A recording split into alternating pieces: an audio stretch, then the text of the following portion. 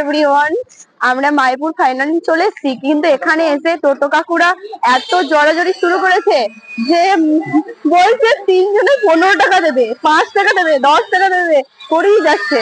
মানে যেখানে এতক্ষণ আমরা নবদ্বীপে 15 টাকার জন্য টোটোয় চাপতে পারছিলাম না, সম্ভব হচ্ছিল না আমাদের, কারণ এতটা আর্থিক ভাড়া নিয়ে এসে আসিনি আমরা। তো দেখো, একটা কথা বলছি, আমরা ঠাকুরের দর্শন করতে যাচ্ছি, যদি সবটাই সুখের শরীরে ঠাকুরের দর্শন করতে যাই তাহলে কি দরকার আমাদের যাওয়া? বাড়িতে বসেও তো এখন সোশ্যাল মিডিয়ায় ভিডিও বা টিভি থেকে আমরা দেখে নিতে পারি।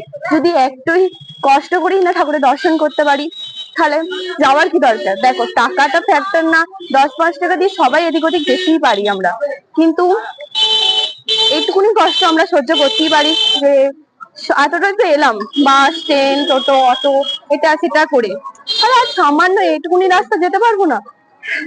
আগে তো আমরা কত হেঁটেছি, আর এখন মানে কি বলবো, এখন আর মানুষ এইটুকুনি হাঁটতে গেলেও হাঁপিয়ে যায়। তো আমরা 3 জন ঠিক করেছি আমাদের সাধ্য মতন আমরা হাঁটবো ভগবানের দর্শনের জন্য, আমার শ্রীকৃষ্ণের জন্য। একবার সবাই ভালোবাসে রাধে রাধে বলো। নীল, রাধে রাধে। রাধে রাধে বলো, রাধে রাধে। রাধে রাধে।